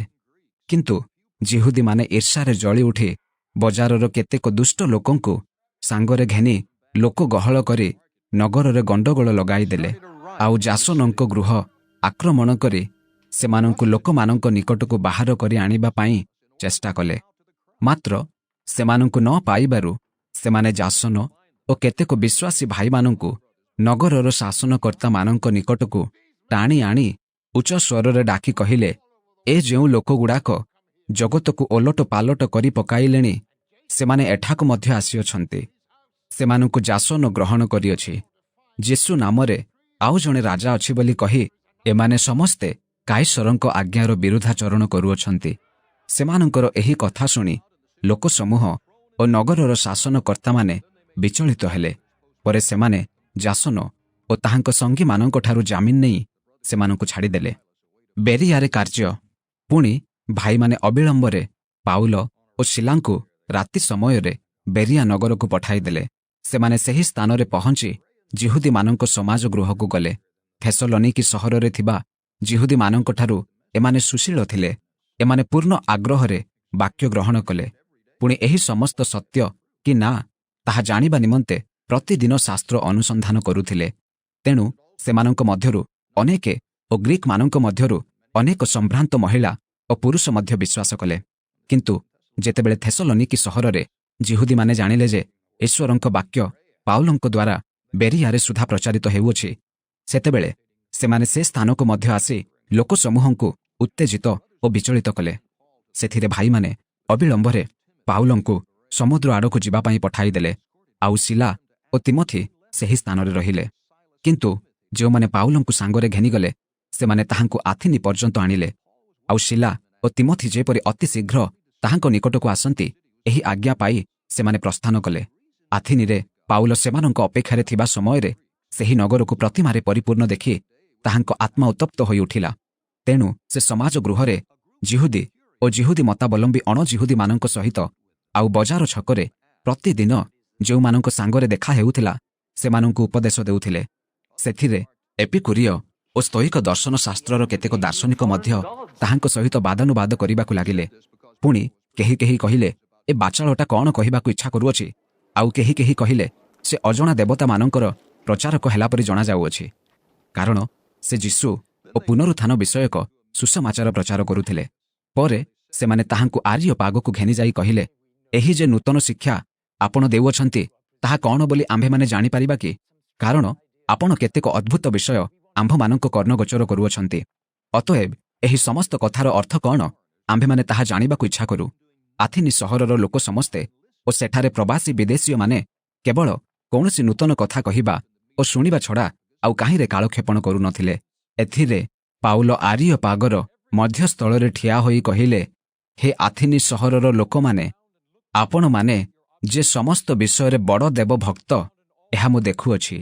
କାରଣ ମୁଁ ଭ୍ରମଣ କରିବା ସମୟରେ ଆପଣମାନଙ୍କର ପୂଜିତ ବସ୍ତୁ ସମସ୍ତ ଦେଖୁ ଦେଖୁ ଗୋଟିଏ ବେଦୀ ମଧ୍ୟ ଦେଖିଲି, ଯାହା ଉପରେ ଏହି କଥା ଲେଖା ହୋଇଅଛି, ଅଜ୍ଞାତ ଦେବତାଙ୍କ ଉଦ୍ଦେଶ୍ୟରେ।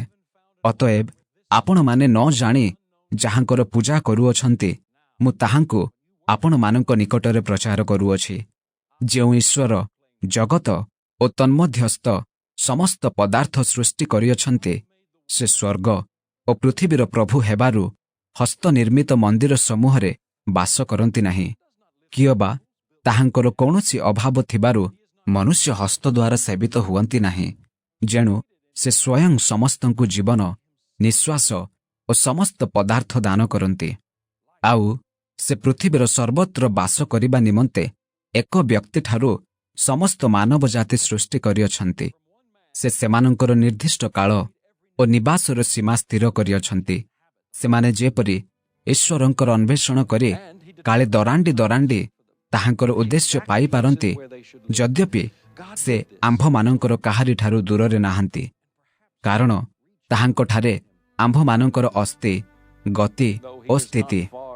ଯେପରି ଆପଣମାନଙ୍କର ନିଜ କବିମାନଙ୍କ ମଧ୍ୟରୁ ସୁଦ୍ଧା କେତେକ କହିଅଛନ୍ତି, କାରଣ ଆମ୍ଭେମାନେ ମଧ୍ୟ ତାହାଙ୍କ ବଂଶ।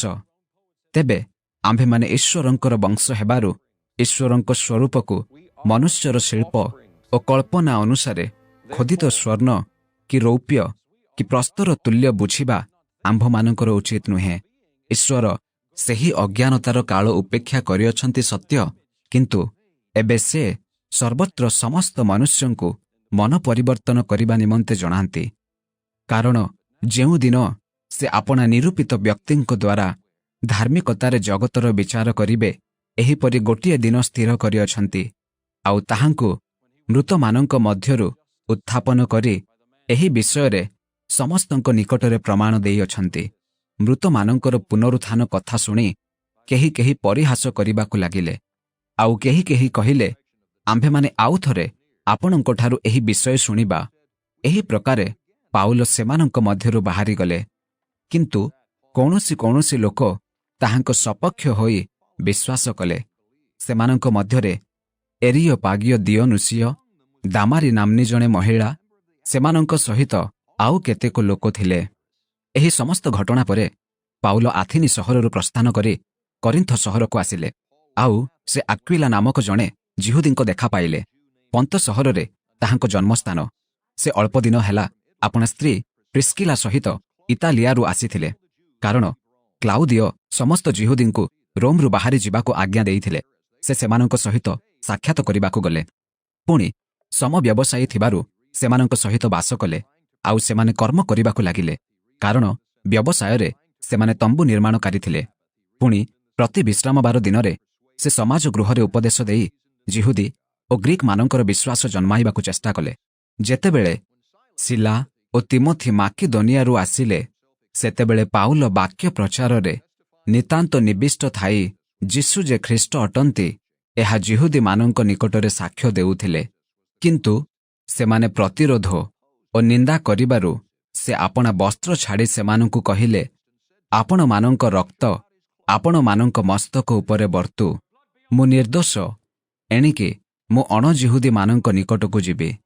ସେଥିରେ ସେ ସ୍ଥାନରୁ ପ୍ରସ୍ଥାନ କରି ତିତୋସ୍ ଜୁସ୍ତ ନାମକ ଜଣେ ଈଶ୍ୱର ଭକ୍ତଙ୍କ ଗୃହକୁ ଗଲେ। ତାହା ସମାଜ ଗୃହକୁ ଲାଗିଥିଲା। କିନ୍ତୁ ସମାଜ ଗୃହର ଅଧ୍ୟକ୍ଷ କ୍ରିସ୍ପ ଏବଂ ସପରିବାର ପ୍ରଭୁଙ୍କଠାରେ ବିଶ୍ୱାସ କଲେ।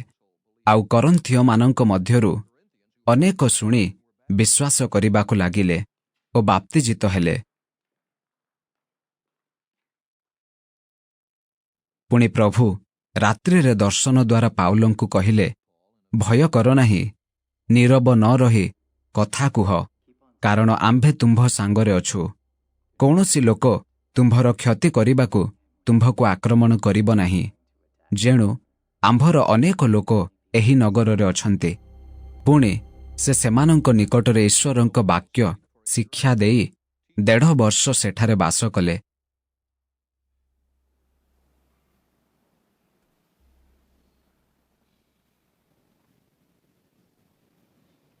କିନ୍ତୁ ଗାଲିୟୋନ ଆଖାୟା ଅଞ୍ଚଳର ଶାସନକର୍ତ୍ତା ଥିବା ସମୟରେ ଯିହୁଦୀମାନେ ପାଉଲଙ୍କ ବିରୁଦ୍ଧରେ ଏକମତ ହୋଇ ଉଠି ତାହାଙ୍କୁ ବିଚାରସନ ଛାମୁକୁ ଘେନି ଆସି କହିଲେ, ଏହି ଲୋକଟା ବ୍ୟବସ୍ଥାର ବିପରୀତ ଭାବରେ ଈଶ୍ୱରଙ୍କ ଉପାସନା କରିବାକୁ ଲୋକମାନଙ୍କୁ ବାଧ୍ୟ କରେ। କିନ୍ତୁ ପାଉଲ ମୁଖ ଫିଟାଇ କଥା କହିବାକୁ ଉଦ୍ୟତ ହୁଅନ୍ତେ ଗାଲିୟୋନ ଯିହୁଦୀମାନଙ୍କୁ କହିଲେ, କୌଣସି ପ୍ରକାର ଅନ୍ୟାୟ ବା ଦୁଷ୍କର୍ମ ଯଦି ହୋଇଥାନ୍ତା, ତେବେ ହେ ଯିହୁଦୀମାନେ, ଧୀର ହୋଇ ତୁମ୍ଭମାନଙ୍କର କଥା ଶୁଣିବା ଯୁକ୍ତିସଙ୍ଗତ ହୋଇଥାନ୍ତା। ମାତ୍ର ଯଦି ଏହି ସବୁ କେବଳ ବାକ୍ୟ ନାମ ଓ ତୁମ୍ଭମାନଙ୍କ ବ୍ୟବସ୍ଥା ସମ୍ବନ୍ଧୀୟ ବିବାଦ ଅଟେ, ତେବେ ତୁମ୍ଭେମାନେ ନିଜେ ତାହା ବୁଝ।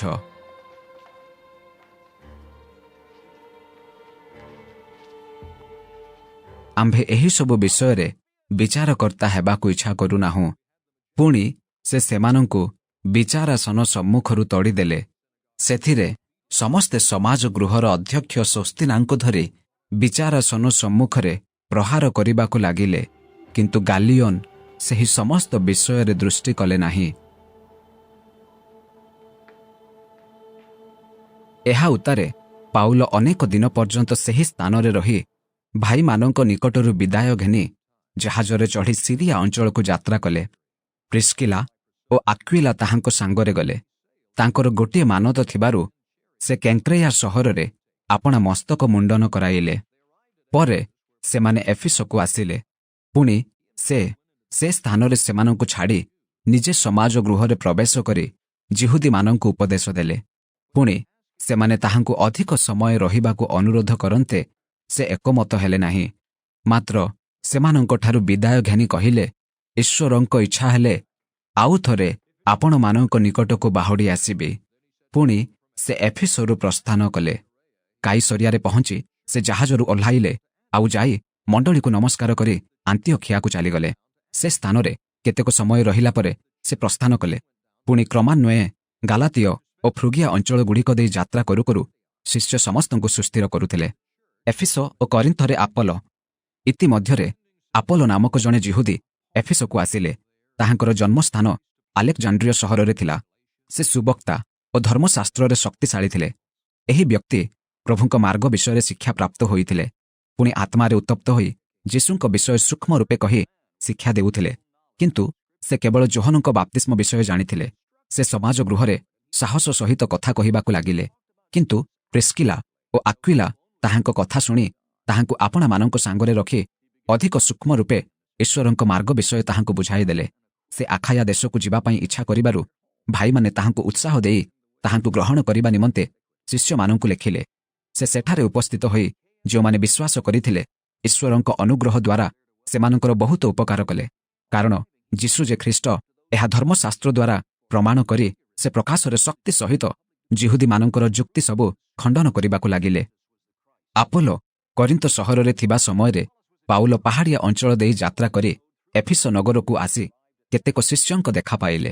ସେ ସେମାନଙ୍କୁ ପଚାରିଲେ, ବିଶ୍ୱାସ କରିବା ସମୟରେ କ'ଣ ତୁମ୍ଭେମାନେ ପବିତ୍ର ଆତ୍ମାଙ୍କୁ ପାଇଥିଲ? ସେମାନେ ତାହାଙ୍କୁ ଉତ୍ତର ଦେଲେ, ନା, ପବିତ୍ର ଆତ୍ମା ଯେ ଦତ୍ତ ହୋଇଅଛନ୍ତି ତାହା ସୁଦ୍ଧା ଆମ୍ଭେମାନେ ଶୁଣିନାହୁଁ। ତେଣୁ ସେ ପଚାରିଲେ, ତେବେ ତୁମ୍ଭେମାନେ କାହିଁରେ ବାପ୍ତିଜିତ ହୋଇଥିଲ? ସେମାନେ କହିଲେ, ଯୋହନଙ୍କ ବାପ୍ତିସ୍ମରେ। ସେଥିରେ ପାଉଲ କହିଲେ, ଯୋହନ ମନ ପରିବର୍ତ୍ତନର ବାପ୍ତିସ୍ମରେ ବାପ୍ତିସ୍ମ ଦେଇ ତାହାଙ୍କ ପରେ ଯେ ଆସିବେ ତାହାଙ୍କଠାରେ ଅର୍ଥାତ୍ ଯୀଶୁଙ୍କଠାରେ ବିଶ୍ୱାସ କରିବାକୁ ହେବ ବୋଲି ଲୋକମାନଙ୍କୁ କହୁଥିଲେ। ସେମାନେ ଏହା ଶୁଣି ପ୍ରଭୁ ଯୀଶୁଙ୍କ ନାମରେ ବାପ୍ତିଜିତ ହେଲେ। ଆଉ ପାଉଲ ସେମାନଙ୍କ ଉପରେ ହସ୍ତାର୍ପଣ କରନ୍ତେ ପବିତ୍ର ଆତ୍ମା ସେମାନଙ୍କ ଉପରେ ଅବତରଣ କଲେ। ପୁଣି ସେମାନେ ନାନା ଭାଷାରେ କଥା କହିବାକୁ ଓ ଭାବବାଣୀ ମଧ୍ୟ କହିବାକୁ ଲାଗିଲେ। ସେମାନେ ସମସ୍ତେ ପ୍ରାୟ 12 ଜଣ ପୁରୁଷ ଥିଲେ। ପରେ ସେ ସମାଜ ଗୃହରେ ପ୍ରବେଶ କରି 3 ମାସ ପର୍ଯ୍ୟନ୍ତ ସାହସ ସହିତ ଈଶ୍ୱରଙ୍କ ରାଜ୍ୟ ବିଷୟରେ ଉପଦେଶ ଦେଇ ବିଶ୍ୱାସ ଜନ୍ମାଇବାକୁ ଚେଷ୍ଟା କରିବାକୁ ଲାଗିଲେ। କିନ୍ତୁ ସେତେବେଳେ କେତେକ ଲୋକ କଠିନ ଓ ଅବାଧ୍ୟ ହୋଇ ଲୋକସମୂହ ସାକ୍ଷାତରେ ଏହି ମାର୍ଗ ବିଷୟରେ ନିନ୍ଦା କରିବାକୁ ଲାଗିଲେ। ସେତେବେଳେ ସେ ସେମାନଙ୍କୁ ପରିତ୍ୟାଗ କରି ଶିଷ୍ୟମାନଙ୍କୁ ପୃଥକ କଲେ, ଆଉ ପ୍ରତିଦିନ ତୁରାନ୍ନର ବିଦ୍ୟାଳୟରେ ଉପଦେଶ ଦେବାକୁ ଲାଗିଲେ। ଏହିପରି 2 ବର୍ଷ ପର୍ଯ୍ୟନ୍ତ ଚାଲିଲା। ସେଥିରେ ଏସିଆ ନିବାସୀ ଜିହୁଦୀ ଓ ଗ୍ରୀକ୍ ସମସ୍ତେ ପ୍ରଭୁଙ୍କ ବାକ୍ୟ ଶ୍ରବଣ କଲେ। ସ୍କେବାର ପୁତ୍ରମାନେ ପୁଣି ଈଶ୍ୱର ପାଉଲଙ୍କ ହସ୍ତ ଦ୍ୱାରା ଅସାମାନ୍ୟ ଅଦ୍ଭୁତ କାର୍ଯ୍ୟ ସାଧନ କରୁଥିଲେ। ଏପରିକି ତାହାଙ୍କ ଦେହରୁ ରୁମାଲ କିମ୍ବା ଗାମୁଛା ରୋଗୀମାନଙ୍କ ନିକଟକୁ ଅଣାଯାଆନ୍ତେ ସେମାନଙ୍କଠାରୁ ରୋଗ ଛାଡ଼ି ଯାଉଥିଲା ଓ ମନ୍ଦ ଆତ୍ମାଗୁଡ଼ାକ ବାହାରି ଯାଉଥିଲେ। କିନ୍ତୁ ଭ୍ରମଣକାରୀ ଜିହୁଦୀ ଭୁତୁଡ଼ିଆମାନଙ୍କ ମଧ୍ୟରୁ କେତେକ ଜଣକୁ ଦୁଷ୍ଟ ଆତ୍ମା ଲାଗିଥିବା ଲୋକମାନଙ୍କ ଉପରେ ପ୍ରଭୁ ଯୀଶୁଙ୍କ ନାମ ଉଚ୍ଚାରଣ କରିବାକୁ ପ୍ରବୃତ୍ତ ହୋଇ କହିଲେ, ଯେଉଁ ଯୀଶୁଙ୍କୁ ପାଉଲ ପ୍ରଚାର କରୁଅଛନ୍ତି, ମୁଁ ତୁମ୍ଭମାନଙ୍କୁ ତାହାଙ୍କର ଆଦେଶ ଦେଉଅଛି। ପୁଣି ସ୍କେବା ନାମକ ଜଣେ ଜିହୁଦୀ ପ୍ରଧାନ ଯାଜକଙ୍କର 7 ପୁତ୍ର ଏହିପରି କରୁଥିଲେ। ସେଥିରେ ମନ୍ଦ ଆତ୍ମା ସେମାନଙ୍କୁ ଉତ୍ତର ଦେଲା, ଆମ୍ଭେ ଯୀଶୁଙ୍କୁ ଜାଣୁ ଓ ପାଉଲଙ୍କୁ ଚିହ୍ନୁ, ମାତ୍ର ତୁମ୍ଭେମାନେ କିଏ? ସେତେବେଳେ ମନ୍ଦ ଆତ୍ମା ଲାଗିଥିବା ଲୋକଟା ସେମାନଙ୍କ ଉପରକୁ ଡେଇଁ ପଡ଼ି ସେ 2 ଜଣଙ୍କୁ ପରାସ୍ତ କରି ସେମାନଙ୍କୁ ଏପରି ଆଘାତ କଲା ଯେ ସେମାନେ ଉଲଗ୍ନ ଓ କ୍ଷତବିକ୍ଷତ ହୋଇ ସେହି ଘରୁ ବାହାରି ପଳାଇଗଲେ। ଏହି କଥା ଏଫିସ ନିବାସୀ ଯିହୁଦୀ ଓ ଗ୍ରୀକ୍ ସମସ୍ତେ ଜାଣିଲେ। ସେଥିରେ ସମସ୍ତେ ଭୀତ ହେଲେ, ଆଉ ପ୍ରଭୁ ଯୀଶୁଙ୍କ ନାମ ମହିମାନ୍ୱିତ ହେବାକୁ ଲାଗିଲା। ପୁଣି ବିଶ୍ୱାସୀମାନଙ୍କ ମଧ୍ୟରୁ ଅନେକ ଆସି ଆପଣା ଆପଣା କର୍ମ ସ୍ୱୀକାର ଓ ପ୍ରକାଶ କରିବାକୁ ଲାଗିଲେ। ଆଉ ଯାଦୁକ୍ରିୟା କରୁଥିବା ଅନେକେ ଆପଣା ଆପଣା ପୁସ୍ତକ ଆଣି ଏକତ୍ର କରି ସମସ୍ତଙ୍କ ସାକ୍ଷାତରେ ପୋଡ଼ି ପକାଇଲେ। ସେମାନେ ସେ ସବୁର ମୂଲ୍ୟ ହିସାବ କରି ତାହା 50,000 ରୂପା ମୁଦ୍ରା ବୋଲି ଦେଖିଲେ। ଏହି ପ୍ରକାରେ ପ୍ରଭୁଙ୍କର ବାକ୍ୟ ପରାକ୍ରମରେ ବୃଦ୍ଧି ପାଇବାକୁ ଓ ଜୟଯୁକ୍ତ ହେବାକୁ ଲାଗିଲା। ଏହି ସମସ୍ତ ବିଷୟ ଶେଷ ହେଲା ଉତ୍ତାରେ ପାଉଲ ମାକିଦୋନିଆ ଓ ଆଖାୟା ଦେଇ ଜିରୁସାଲମ ସହରକୁ ଯିବା ନିମନ୍ତେ ମନରେ ସ୍ଥିର କରି କହିଲେ ଯେ ସେଠାକୁ ଗଲା ଉତ୍ତାରେ ମୋତେ ରୋମକୁ ମଧ୍ୟ ଯିବାକୁ ହେବ। ପୁଣି ଯେଉଁମାନେ ତାହାଙ୍କର ସେବା କରୁଥିଲେ ସେମାନଙ୍କର ମଧ୍ୟରୁ ତିମୋଥି ଓ ଏରାଷ୍ଟ ଏହି 2 ଜଣଙ୍କୁ ମାକିଦୋନିଆକୁ ପ୍ରେରଣ କରି ସେ ଆପେ କିଛି କାଳ ପର୍ଯ୍ୟନ୍ତ ଏସିଆରେ ରହିଲେ। ପ୍ରାୟ ସେହି ସମୟରେ ଏହି ମାର୍ଗ ବିଷୟରେ ମହା ଗଣ୍ଡଗୋଳ ଉଠିଲା, କାରଣ ଦିମିତ୍ରିୟ ନାମକ ଜଣେ ସ୍ୱର୍ଣ୍ଣକାର ଆର୍ତେମିର ରୌପ୍ୟ ମନ୍ଦିର ନିର୍ମାଣ କରୁଥିଲା। ପୁଣି ଶିଳ୍ପକାରମାନଙ୍କର ଯଥେଷ୍ଟ ଲାଭ କରାଯାଉଥିଲା। ସେ ସେମାନଙ୍କୁ ଓ ସେହି ବ୍ୟବସାୟର କାରିଗରମାନଙ୍କୁ ଡାକି କହିଲା, ମହାଶୟମାନେ, ଏହି ବ୍ୟବସାୟ ଦ୍ୱାରା ଆମ୍ଭେମାନେ ଧନ ପ୍ରାପ୍ତ ହେଉ ବୋଲି ଆପଣମାନେ ଜାଣନ୍ତି, ଆଉ ହାତ ତିଆରି ଦେବତାମାନେ ଈଶ୍ୱର ନୁହନ୍ତି ବୋଲି କହି ଏହି ପାଉଲ କେବଳ ଏଫିସରେ ନୁହେଁ, ମାତ୍ର ପ୍ରାୟ ସମସ୍ତ ଏସିଆରେ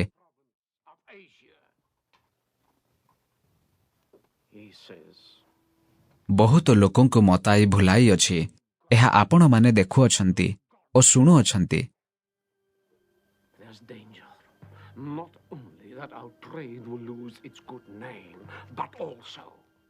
ଏଥିରେ ଯେ କେବଳ ଆମ୍ଭମାନଙ୍କ ଏହି ବ୍ୟବସାୟର ଦୁର୍ନାମ ହେବାର ଆଶଙ୍କା ଅଛି ତାହା ନୁହେଁ, କିନ୍ତୁ ଯେଉଁ ମହାନ ଦେବୀ ଆର୍ତେମୀଙ୍କୁ ସମସ୍ତ ଏସିଆ ଓ ଜଗତଯାକ ଉପାସନା କରନ୍ତି, ତାହା ମନ୍ଦିର ମଧ୍ୟ ନଗଣ୍ୟ ହୋଇ ପଡ଼ିବାର ଓ ତାହାଙ୍କ ମହିମାର ଗ୍ଲାନି ସୁଦ୍ଧା ଘଟିବାର ଆଶଙ୍କା ଅଛି। ଏହି କଥା ଶୁଣି ସେମାନେ କ୍ରୋଧରେ ପରିପୂର୍ଣ୍ଣ ହୋଇ ଚିତ୍କାର କରି କହିବାକୁ ଲାଗିଲେ, ଏଫିସିଓମାନଙ୍କର ଆର୍ତେମୀ ମହାଦେବୀ ଅଟନ୍ତି। ଏଥିରେ ନଗରଟି ଗଣ୍ଡଗୋଳରେ ପରିପୂର୍ଣ୍ଣ ହେଲା। ଆଉ ସେମାନେ ଏକଯୋଗରେ ପାଉଲଙ୍କ ସହଯାତ୍ରୀ ମାକିଦୋନିଆର ଗାୟ ଓ ଆରିସ୍ତାର୍କଙ୍କୁ ଧରି ବଡ଼ ବେଗରେ ରଙ୍ଗଭୂମିକୁ ଦୌଡ଼ିଗଲେ। ଏଥିରେ ପାଉଲ ଲୋକମାନଙ୍କ ଭିତରକୁ ଯିବାକୁ ଇଚ୍ଛା କଲେ, କିନ୍ତୁ ଶିଷ୍ୟମାନେ ତାହାଙ୍କୁ ଯିବାକୁ ଦେଲେ ନାହିଁ। ଆଉ ଏସିଆର ପ୍ରଧାନ କର୍ମକାରୀମାନଙ୍କ ମଧ୍ୟରୁ ସୁଦ୍ଧା କେତେକ ଜଣ ତାହାଙ୍କ ବନ୍ଧୁ ଥିବାରୁ ଲୋକ ପଠାଇ ରଙ୍ଗଭୂମି ମଧ୍ୟକୁ ଦୁଃସାହସ କରି ନ ଯିବାକୁ ତାହାଙ୍କୁ ଅନୁରୋଧ କଲେ। ସେତେବେଳେ କେହି କେହି ଏ କଥା, କେହି କେହି ବା ସେ କଥା କହି ଚିତ୍କାର କରୁଥିଲେ, କାରଣ ସଭା ଗଣ୍ଡଗୋଳରେ ପରିପୂର୍ଣ୍ଣ ହୋଇଥିଲା। ଆଉ ସେମାନେ ଯେ କାହିଁକି ଏକତ୍ର ହୋଇଅଛନ୍ତି ତାହା ଅଧିକାଂଶ ଜାଣିନଥିଲେ। ଆଉ ଯିହୁଦୀମାନେ ଆଲେକ୍ଜାଣ୍ଡ୍ରକୁ ଆଗକୁ ବାହାର କରି ଆଣିବାରୁ ଲୋକସମୂହ ମଧ୍ୟରୁ କେହି କେହି ତାହାକୁ ମତାଇଲେ। ସେଥିରେ ଆଲେକ୍ଜାଣ୍ଡର ହସ୍ତରେ ସଙ୍କେତ କରି ଲୋକମାନଙ୍କ ନିକଟରେ ସେମାନଙ୍କର ପକ୍ଷ ସମର୍ଥନ କରିବାକୁ ଇଚ୍ଛା କଲା। କିନ୍ତୁ ସେ ଜଣେ ଯିହୁଦୀ ବୋଲି ଯେତେବେଳେ ସେମାନେ ଜାଣିଲେ, ସେତେବେଳେ ସମସ୍ତେ ଏକ ସ୍ୱରରେ ପ୍ରାୟ 2 ଘଣ୍ଟା ପର୍ଯ୍ୟନ୍ତ ଚିତ୍କାର କରି କହିବାକୁ ଲାଗିଲେ, ଏଫିସିଓମାନଙ୍କର ଆର୍ତେମୀ ମହାଦେବୀ ଅଟନ୍ତି। ପରେ ନଗର ବେବର୍ତ୍ତା ଲୋକସମୂହକୁ ଶାନ୍ତ କରାଇ କହିଲେ, ହେ ଏଫିସିଓ ଲୋକମାନେ, ଏଫିସ ନଗରୀ ଯେ ମହାଦେବୀ ଆର୍ତେମୀ ଓ ଆକାଶରୁ ପତିତ ପ୍ରତିମାର ମନ୍ଦିର ପରିଚାରିକା, ଏହା କିଏ ନ ଜାଣେ? ଅତଏବ ଏହି ସବୁ କଥା ଅଖଣ୍ଡନୀୟ ହେବାରୁ ତୁମ୍ଭମାନଙ୍କର ଶାନ୍ତ ହେବା ଓ ଅବିବେଚନାରେ କୌଣସି କର୍ମ ନ କରିବା ଉଚିତ। କାରଣ ଏହି ଯେଉଁ ଲୋକମାନଙ୍କୁ ତୁମ୍ଭେମାନେ ଘେନି ଆସିଅଛ, ଏମାନେ ତ ମନ୍ଦିର ଲୁଣ୍ଠନକାରୀ ନୁହନ୍ତି, କିମ୍ବା ଆମ୍ଭମାନଙ୍କ ଦେବୀଙ୍କ ନିନ୍ଦକ ନୁହନ୍ତି। ଏଣୁ ଯଦି କାହାରି ବିରୁଦ୍ଧରେ ଦିମିତ୍ରିୟର ଓ ତାହାର ସଙ୍ଗୀ ଶିଳ୍ପକରମାନଙ୍କର କୌଣସି କଥା ଥାଏ, ତାହାହେଲେ ବିଚାରାଳୟ ଉନ୍ମୁକ୍ତ ଅଛି ଓ ଶାସନକର୍ତ୍ତାମାନେ ଅଛନ୍ତି, ସେମାନେ ପରସ୍ପର ବିରୁଦ୍ଧରେ ଅଭିଯୋଗ କରନ୍ତୁ। କିନ୍ତୁ ଯଦି ତୁମ୍ଭମାନଙ୍କର ଅନ୍ୟ କୌଣସି ଦାବି ଥାଏ, ତେବେ ନିୟମିତ ସାଧାରଣ ସଭାରେ ତାହାର ମୀମାଂସା ହେବ। କାରଣ ପ୍ରକୃତରେ ଆଜିର ଗଣ୍ଡଗୋଳ ଘେନି ଆମ୍ଭମାନଙ୍କ ବିରୁଦ୍ଧରେ ଅଭିଯୋଗ ହେବାର ଆଶଙ୍କା ଅଛି। ଆମ୍ଭେମାନେ ଏହି ଗଣ୍ଡଗୋଳର କୌଣସି କାରଣ ଦେଖାଇ ପାରିବୁ ନାହିଁ। ଏହା କହି ସେ ସଭାସ୍ଥ ସମସ୍ତଙ୍କୁ ବିଦାୟ ଦେଲେ।